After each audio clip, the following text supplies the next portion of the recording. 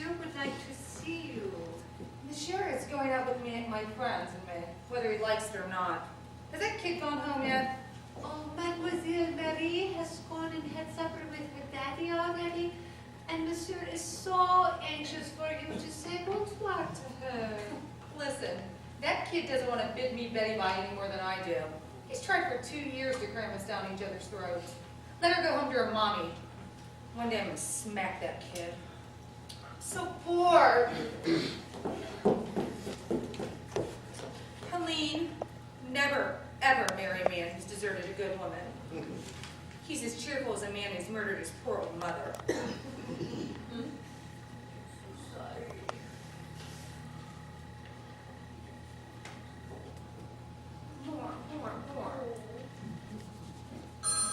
Oh, get out!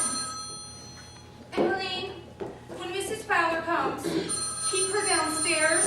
If you have to sit on her...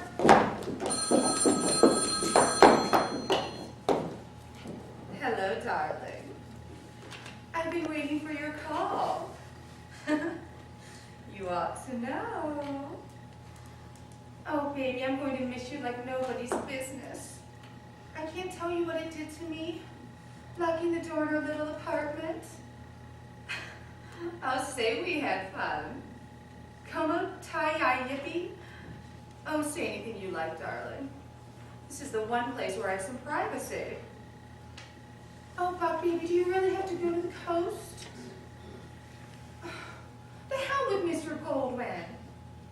Listen, you don't have to tell me what you sacrificed to have a movie career. I've seen that cartoon you married. Well, if Flora was ever a countess, I'm the Duchess of Windsor. Or Buck, maybe she's not such a half-wit, but call me back in 2 minutes. I've had a small interruption. Who told you to come in here? Daddy, good night. Oh, don't go, darling. Pass me that brush. Please.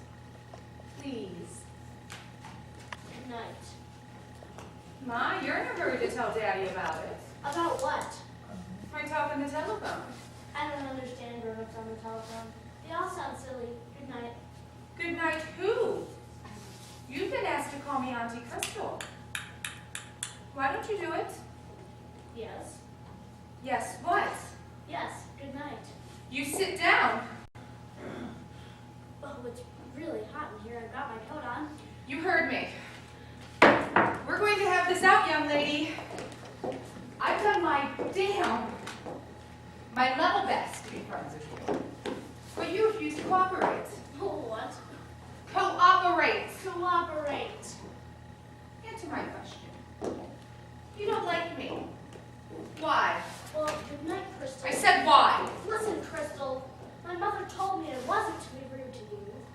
For the last time, young lady, you give me one good reason why you don't like me. I never said I didn't like you, Crystal. But you don't like me, do you? No, but I never said so. I've been very polite, Crystal, considering you're something awful. Wait till your father hears this. Listen, Daddy doesn't think you're so wonderful anymore. Did he tell you that? No, Daddy always pretends like you're all right, but he's just so ashamed to have Mother know what a mean, silly wife he's got. And I don't tell Mother what we think, because you've made her cry enough, Crystal, so I'm not going to cooperate ever. Get out of here! And another thing, I think this bedroom is perfectly ridiculous. Good night, Crystal.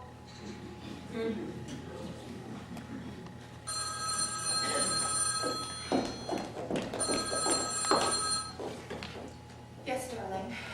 That Dean's brat. God, she gets under my skin. No, she didn't hear anything. Oh, what good would it do her anyhow? You're off in the morning, and Lord knows we've been discreet. What? You are? Dining with the first Mrs. Haynes. Well, darling, lay off the gin. It makes you talk too much. You come back, man! No, this is not the aquarium. It's Grand Central Station. What's that? Wrong number. You were talking to a man. Pass me that sponge. Come on, Crystal, you know you can trust me. And if I call... there must be someone. After all, I've known Stephen for years, and he's really not your type. I often wonder how the two of you got together. You know, I was telling my psychoanalyst about it. You know, I can tell him everything. That must be an awful effort. I don't mind discussing myself, but talking about my friends does make me feel disloyal. He said Stephen has a guilt complex. What? He says men of Stephen's generation were raised to believe that infidelity is a sin. And that's why he let Mary divorce him, and that's why he married you. Well, he had to marry you, Crystal, to convince himself he wasn't a sexual monster. Yes. Well, if Stephen's a sexual monster, psychoanalysis is through. He said you have a Cinderella complex. Most American women do. That you're raised to believe that marriage to a rich man should be your aim in life. That we neither please the men nor function as childbearing animals. Will you function yourself into the bedroom? Crystal, I don't think that's a very nice way to talk to me. After all, when you married Stephen, you didn't know a soul. It wasn't easy to put you over. Everyone was on Mary's side. They still are. They never miss a chance to tell me what a noble, useful woman Mary's become since she left Stephen. Dear, she's miserable. She never sees anyone. Well, she's having a dinner party tonight. Edith told me she's going. And Laura. Laura? The Countess de Lodge. Mrs. Buck Winston. I have to laugh when I think of her turning that cowboy into a movie star. I mean, he's not really my type, but he's positively the chambermaid's delight. Will you shut up? Crystal. I said shut up. Helene! But Crystal, I think you're being very ungrateful. We'll take it up with your psychoanalyst. Draw the curtains. I want to take a shower. That's right, Sylvia. You stay in there.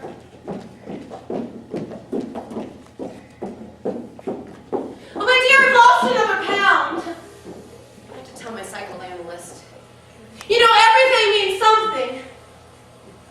But even my psychoanalyst says that no woman should do as much as I do.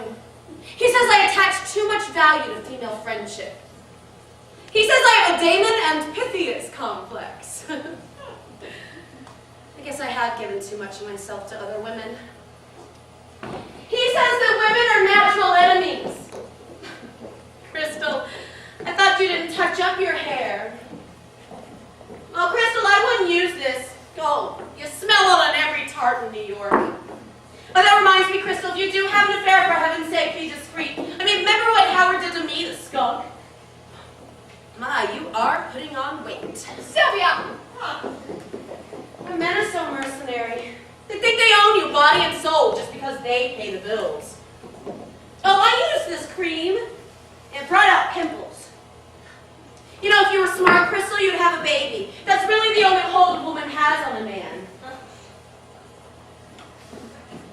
Monsieur wants to know how much longer Madame will be. Can't you see she's rushing? Mon Indeed. Men are so impatient when you're just making yourself beautiful for them. I wish I could find a man who'd understand my need for a companion. Crystal, what are you doing with the key to the Gothic apartments? What? Oh, that. Sylvia, pass me a towel. You know, that's where Howard had me followed. The doorman there, he's a professional blackmailer. You know, I asked my psychoanalyst about it, and he said that blackmailers are really perverts who can't think of a good perversion, so they blackmail people instead. Really? Well, he can't blackmail me now. The Gothic apartments are where Stephen and I had to go before the divorce. I kept it for sentimental reasons. I thought tonight when I saw Stephen how tired he looks. And old. Crystal, I told you everything. Tell me, how long do you think you can be faithful to Stephen? Well, life plays funny tricks. The urge might hit me tomorrow. I doubt it, Pet. You're a typical brunette.